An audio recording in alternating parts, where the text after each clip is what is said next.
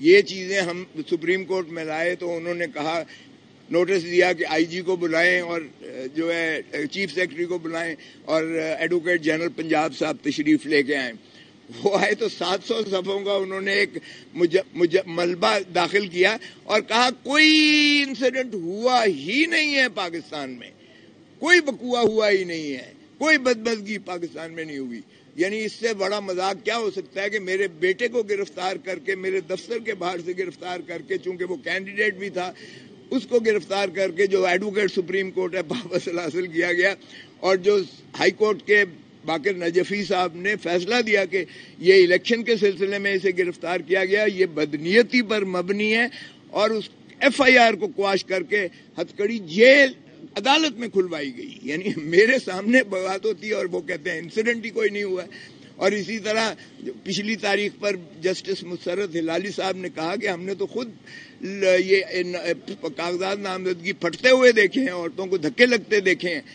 تو باہر کیف چیف صاحب کی عظمتوں کو سلام، وہ فرماتے ہیں کہ میں ٹی وی دیکھتا ہی نہیں ہوں۔ تو پھر ہم نے جب عرض کیا کہ جناب یہ ایفیڈیوٹ بھی ہیں اور یہ سی ڈیز بھی ہیں، ذرا ان کو بھی دیکھ لیجئے، تو انہوں نے کہا کہ نہیں ابھی یہ تو نہیں ہے۔ پھر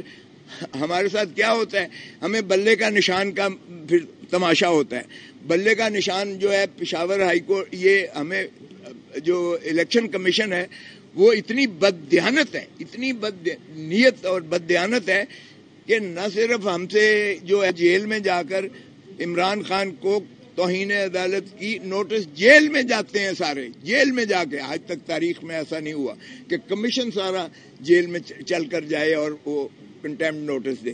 پھر نہ صرف وہ کمیشن کے کمپلینٹ پر عمران خان کو سزا ہوتی ہے، پھر نہ صرف یہ، اس پر جو ہے وہ ترہ امتیاز یہ ہے کہ ہمارے نشان کو جو ہے چھین جاتا ہے، اور این اس موقع پر جب الیکشن کی آمد ہے، اور اس کے بعد ہم جب پشاور سے اسٹے لیتے ہیں، سسپینڈ ہوتا ہے، ہمیں ملتا ہے، تو اس کے خلاف الیکشن کمیشن جو ہے نظر ثانی میں جاتی ہے اور نظر ثانی کرا کے پھر اس آرڈر کو بحال کروا لیتی ہے۔ اور پھر جب وہ فائنل لگتا ہے ڈویژن بینچ میں، تو ڈویژن بینچ کہتی ہے کہ الیکشن کمیشن کو سرے سے یہ اختیار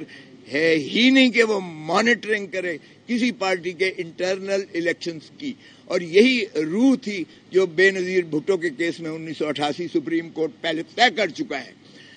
اس لیے ہم نے سرٹیفکیٹ دینا تھا، ہم نے الیکشن کمیشن کے آرڈر کے تابع کرایا۔ 20 دن کا انہوں نے وقفہ دیا کہ آپ الیکشنز کروائیں۔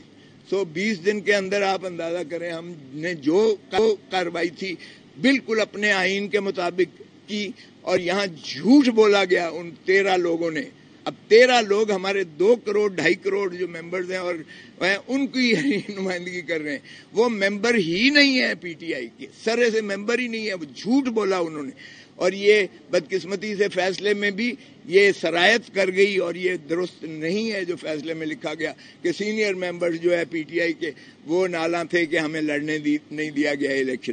بابر ایس اکبر کیا عمران خان کے مقابلے میں؟ یہ عمران خان کے ایک جو ہے ادنا کارکن کے مقابلے میں بھی ٹھہر نہیں سکتا ہے، چاہے جائے کہ بابر ایس اکبر کہے کہ میں نے جو ہے پارٹی چیئرمین کے لیے کاغذات نامزدگی داخل کرنے تھے۔